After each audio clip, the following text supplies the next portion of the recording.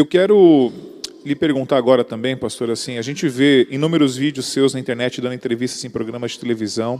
E para quem não sabe, o pastor Rodrigo, ele é um abençoado, né? Ele vai em vários canais e as pessoas têm curiosidade, gostam de ouvi-lo falar. E eu lembro de um vídeo que o pastor falou no Jô Soares, e ali o assunto da conversa era de pessoas que não acreditam, por exemplo, na ressurreição de Jesus, e o pastor passou essa argumentação ali, razões históricas que a gente tem para acreditar de que Cristo ressuscitou. E nós temos casos, por exemplo, aqui na escola, de alunos que estão aqui, é uma escola cristã, mas alguns têm dúvida, por exemplo, de que realmente a Bíblia é um livro autêntico, legítimo, de que realmente Cristo era Deus, ou do valor espiritual que a Bíblia possa ter, ou até mesmo da existência de Deus. Pode acontecer de ter entre nós aqui alguém que não acredite na existência de Deus. O que o pastor diria, pastor, em poucas palavras, que razões científicas, históricas, arqueológicas nós teríamos para falar da veracidade da Bíblia, da existência de Deus, ou de que Cristo era Deus, ou até mesmo da ressurreição de Jesus, como o pastor falou lá no Jô? Bom, a primeira coisa que eu tenho que falar, antes de dar qualquer razão, é que a mesma coisa que eu falei com relação à profissão, eu falo com relação a isso. Você tem que se autoconhecer. Por que você tem aquelas dúvidas? Porque existem dúvidas, ambas são honestas, mas existem dúvidas que vêm de uma reflexão honesta que me levanta dúvidas, questionamentos. E existem dúvidas que, na verdade, são apenas problemas emocionais mal resolvidos. Se o seu questionamento de Deus é apenas um questionamento intelectual, é fácil dar as razões, mas se o seu questionamento de Deus for sentimental, emocional, não adianta, porque o seu problema é outro. Então você tem que saber o seguinte: eu estou tendo dúvidas sobre a existência de Deus, por quê?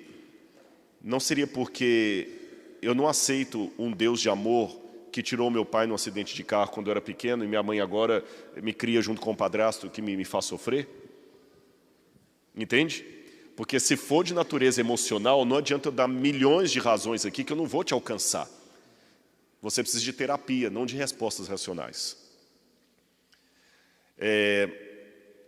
Então, considerando que você possa ter uma questão emocional para questionar a Deus, então tenha pelo menos a sinceridade de deixá-lo responder. Cristo também na cruz perguntou: Deus meu, por que me desamparaste? E ele deixou o pai responder, só que o pai não respondeu. E por que o pai não respondeu? Porque o pai não podia responder naquele momento. Mas Jesus se lembrou do que o pai fez no passado.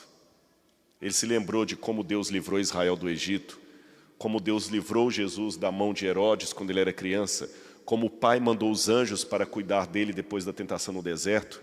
Ele lembrou: puxa vida, agora o pai está em silêncio, parece que ele está me machucando, que ele me abandonou. Mas o histórico que eu tenho com o pai mostra que ele não me abandonou. Então, se você tiver alguém muito rico que está bancando o colégio aqui para você, e um dia a tesouraria lhe chamar e falar assim: olha, tem 2 meses que a sua mensalidade não é paga, e você manda mensagem para aquela pessoa e ela não responde, você não sabe por que ela não depositou o dinheiro, mas uma coisa você sabe: tem uma razão que agora você não conhece. Não adianta falar assim: porque ele não me ama. Não, isso é estupidez. Se ele me amasse, ele pagaria essas 2 mensalidades. E as outras que ele pagou ano passado todinho? Então, se agora a mensalidade não foi depositada, tem alguma razão que eu não sei qual é. Mas não é que ele não te ama, porque senão ele não teria pago nenhuma. Entenderam a comparação que eu fiz? Eu não sei por que Deus tirou seu pai, por que Deus deixou aquele problema, mas o histórico que ele tem, que até aqui ele pagou sua vida. Você está aqui, me ouvindo. Então, tenha coragem de fazer como Jesus: nas tuas mãos eu entrego meu espírito, e o Pai vai cuidar de você. Agora, para aqueles que têm meramente uma questão racional, eu vou resumir da seguinte maneira: esquece Bíblia, porque eu não posso começar pela Bíblia. E se a Bíblia Até porque ele não acredita na Bíblia. Exatamente. Mas eu posso começar a fazer você olhar para dentro de si mesmo e notar o seguinte: por que não haveria Deus? A primeira pergunta que eu faço é o seguinte: se não há Deus, por que há algo ao invés de nada? Os físicos dizem que o universo começou pelo Big Bang. não é uma teoria que todo mundo assina embaixo, mas uma grande parte dos físicos falam que veio pelo Big Bang. E antes do Big Bang não havia nada. Nem o tempo, nem o espaço, nem a gravidade, nada. Se não havia nada, porque hoje há algo? Porque do nada, nada surge. É mais lógico pensar que ao invés de nada, haveria um princípio acima do tempo, porque criou o tempo, acima do espaço, porque criou o espaço, acima do universo, porque criou o universo. Um princípio que tem que ser eterno, porque senão eu tenho que achar um princípio para ele também. E em termos filosóficos eu estou falando daquilo que a teologia chama de Deus. Ou eu aceito que existe esse princípio eterno que deu origem ao universo, ou então sou obrigado a aceitar duas hipóteses que são ridículas. Letra A, que o universo é eterno, e já provou-se pela física que ele não é eterno, ele teve um começo. Ou letra B, que o universo começou do nada. E a prova maior que coisas não surgem do nada é que ninguém tem medo de aparecer um tigre agora e nos devorar aqui. Porque você sabe que coisas procedem de outras coisas. Segunda questão. Mas se Deus existe, por que há tanta maldade no mundo? Por que há tanta coisa ruim? Sabe que o próprio fato de você ter sensação ruim já é uma prova que Deus existe? Eu vou explicar por quê. Se você está com a sensação que algo está ruim, que algo é mal, é porque você acredita que existe o bem.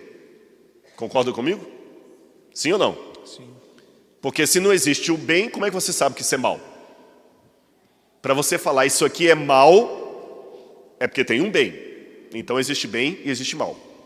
Para você definir o que é o bem e o que é o mal, você tem que ter um parâmetro. Mas para ter parâmetro, eu tenho que ter código, eu tenho que ter lei. E para ter lei, eu tenho que ter um legislador. Agora, se não há legislador, não há lei.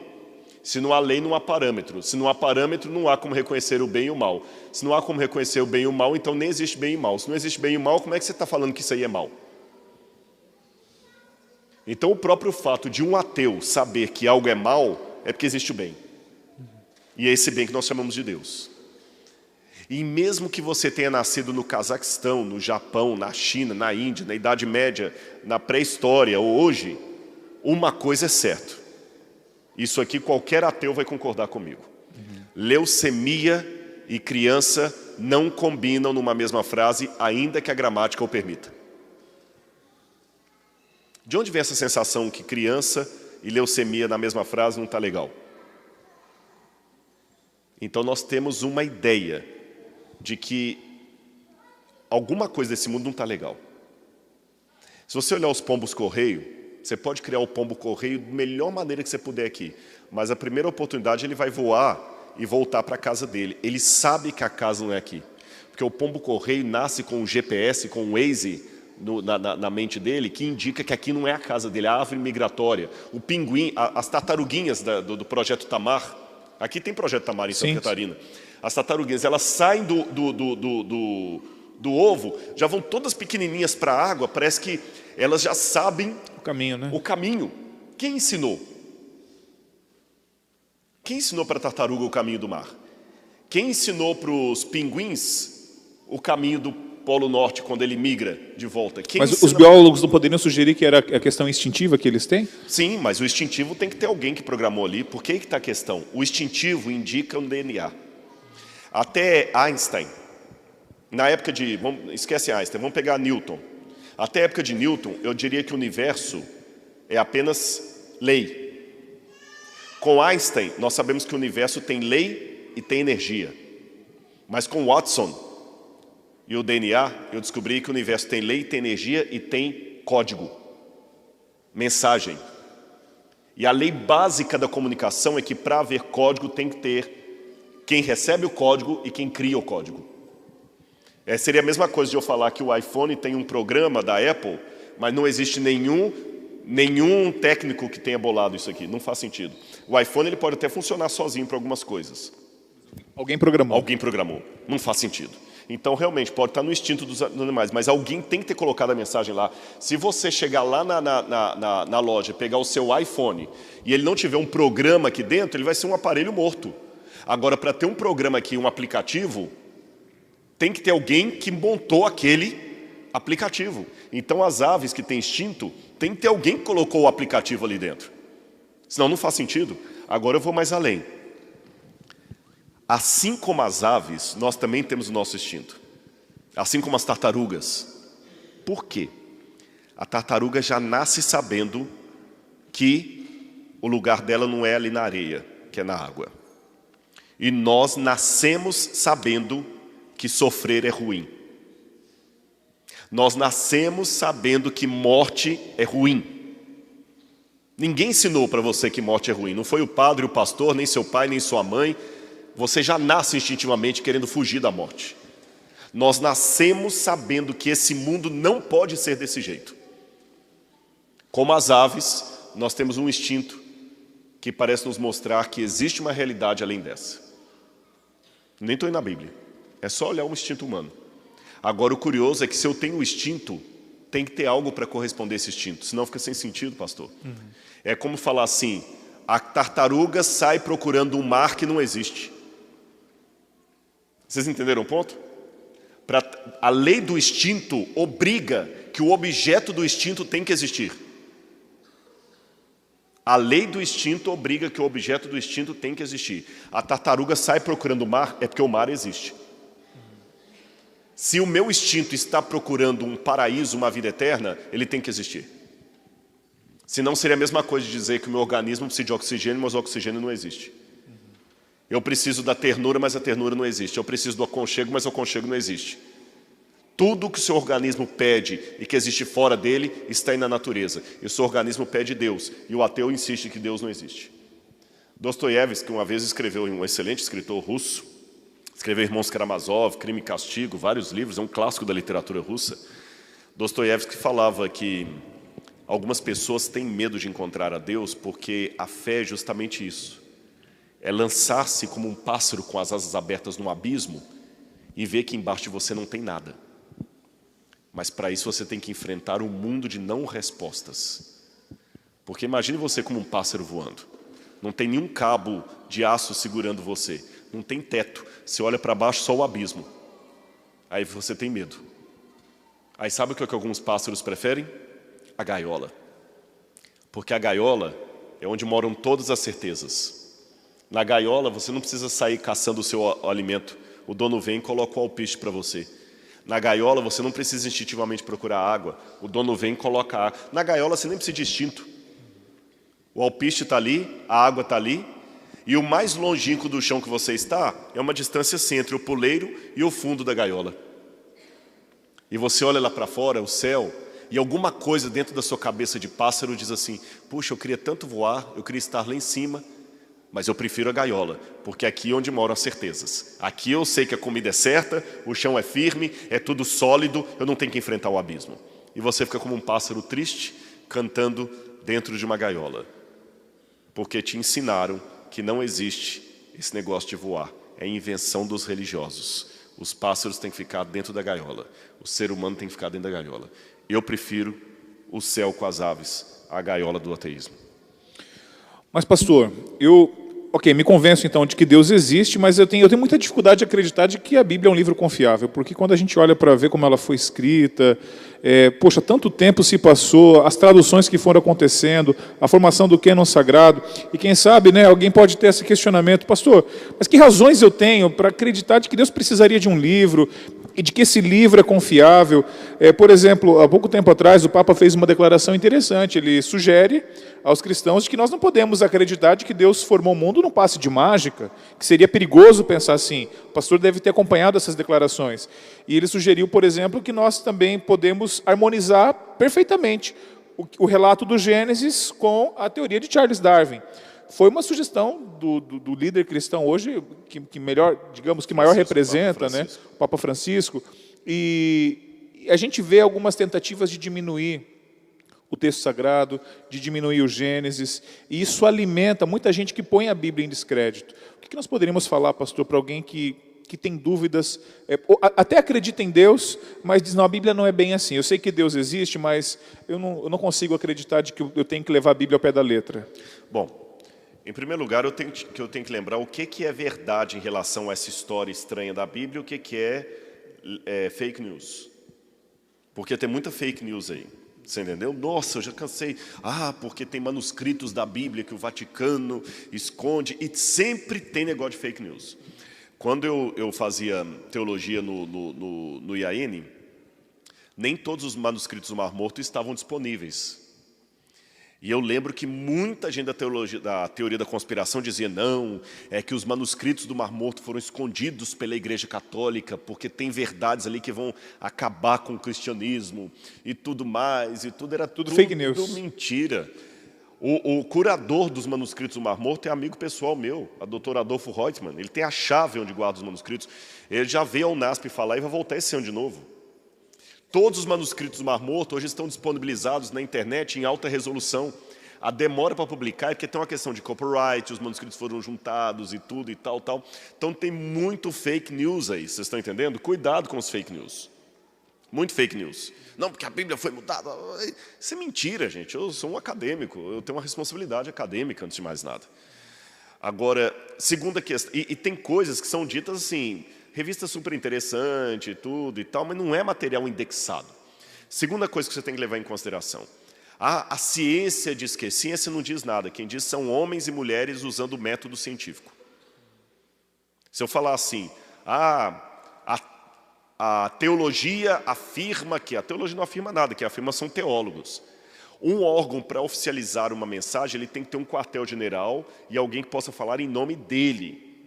Você entende? Por exemplo, eu posso falar assim, o governo brasileiro diz que pena de morte é cláusula pétrea da Constituição e não será discutido no Brasil. Essa frase está correta, mesmo que você tenha uma opinião diferente sobre pena de morte. Por quê? Porque o governo brasileiro é uma instituição juridicamente constituída que pode emitir documentos em nome do Brasil.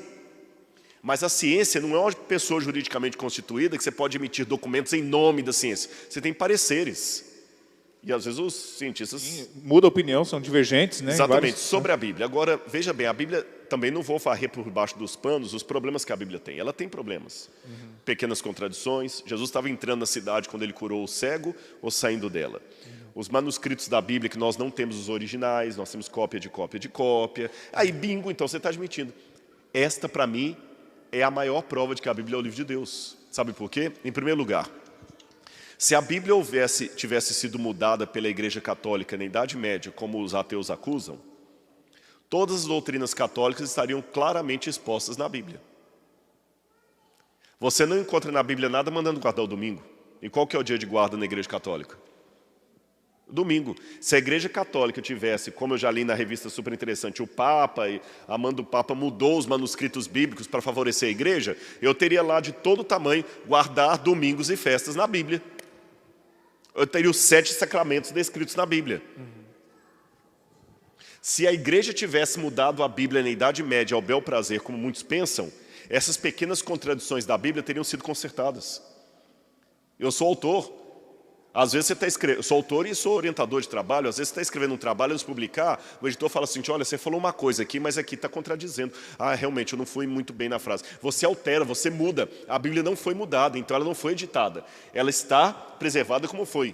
E por que Deus deixou essas pequenas contradições? Para mostrar que o livro foi escrito por homens, mas ele é de origem divina, sabe por quê? Porque um livro com tantos problemas transforma vidas, coisas que outro livro não faz. Já ouviram falar no livro O Ensaio da Cegueira, de José Saramago? Esse livro de José Saramago é muito interessante. E tem outras... José Saramago era ateu. Pegue um dos livros de José Saramago, ou de Hegel, ou de Heidegger, qualquer um desses autores. Distribua esses livros nas cadeias. Pegue o livro de Richard Dawkins, Deus, um Delírio, e distribua nas cadeias. Depois de um mês ou de um ano, volte àquela penitenciária onde você entregou os livros do Richard Dawkins, Deus, um Delírio, e veja quantas pessoas deixaram a criminalidade por causa de lerem Richard Dawkins. Agora entregue a Bíblia e você vai ver quantas pessoas foram transformadas.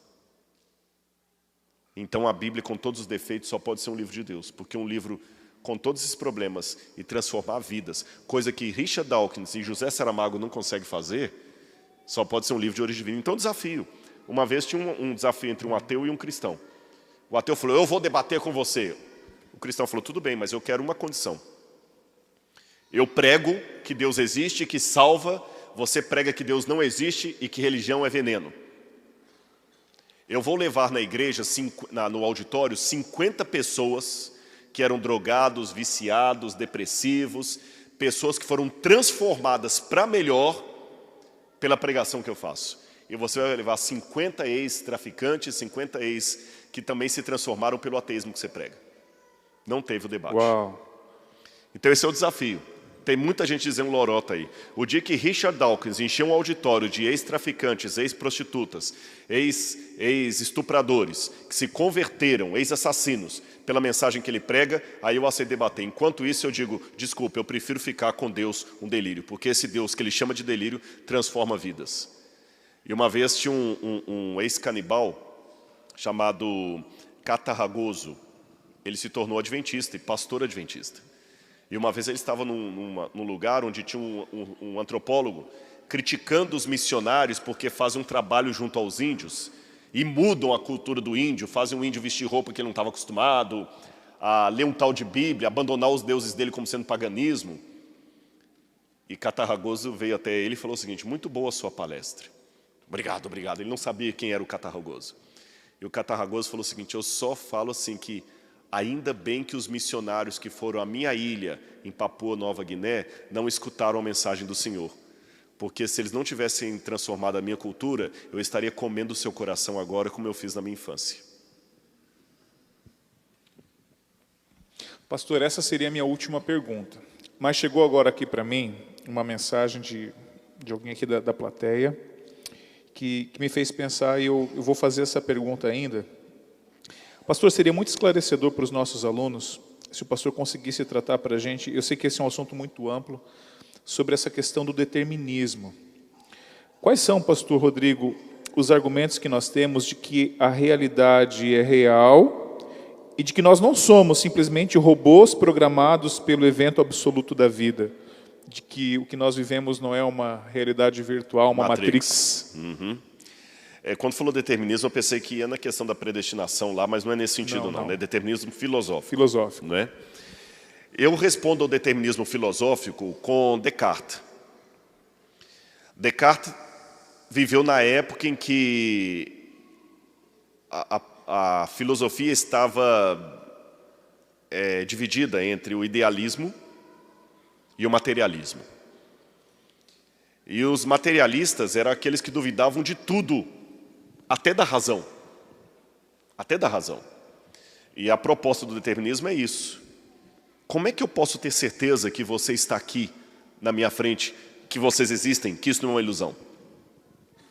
Porque você sabe, quando você está sob efeito de drogas, quando você está sob efeito de hipnose, quando você está dormindo, o seu cérebro começa a sinapse a produzir uma imagem que não existe. Você sonha, por exemplo, que está sendo perseguido por um cachorro que não existe. Você sonha com a imagem de alguém que já morreu que não está ali. Aliás, quem nunca fez xixi na cama não sabe o que é ter um sonho realizado.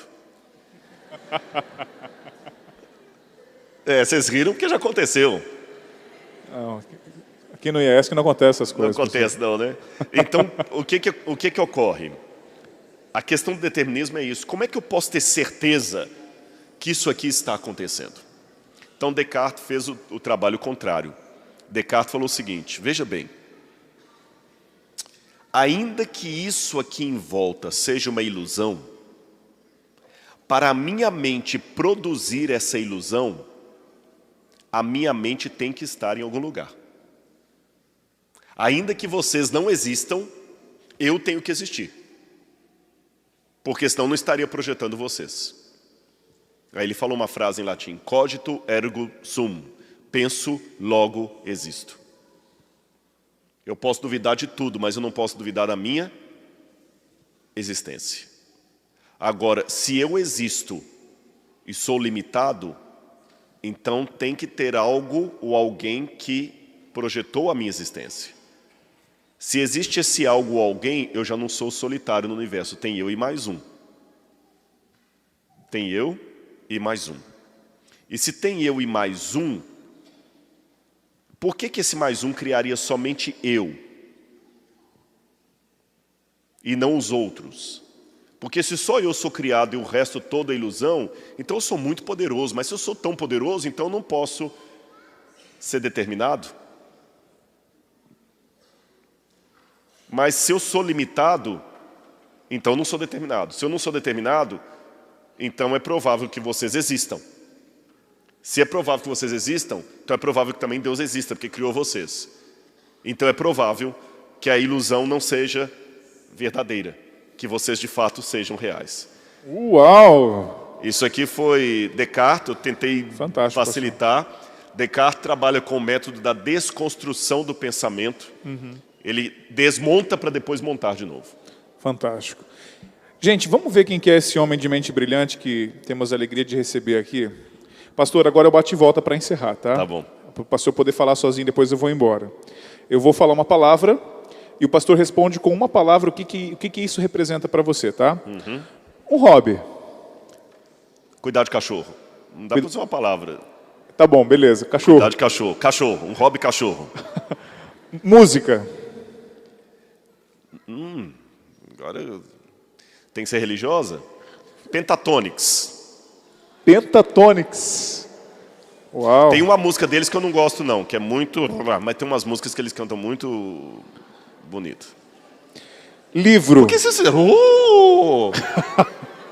Olha lá, muito bom. Ah, teve não, apoio, é bom, viu? Né? Sim, sim. Sabe que aquele moreno é adventista, né? Sim! O terceiraço aí concordou, viu, pastor? Eu ia falar Del Delker aqui, mas aí não ia Del saber que... Arautos do Rei. Mas eu gosto do Pentatonix mesmo, viu? Livro. Ah, livro? O Jesus que eu nunca conheci, Philip Yancey. Legal. Bíblia. Nova versão internacional. Estudos. Vida. Vida, uau. Família. Um cachorro. Mentira, não estou brincando. A minha família é a igreja, porque é amiga ou irmão que você pode escolher. Amor. Bom, eu amo a igreja e as coisas que ela me traz. Fé. Convicção. O pastor falou muito em igreja, então eu lhe pergunto, igreja. Eu. E você. Não Nós. Eu sozinho, eu avulso. Nós. Deus. Íntimo. Amém, pastor. Amém. Uma salva de palmas, amigos. Deus seja Deus, louvado. obrigado. Pastor, Obrigado. muito obrigado.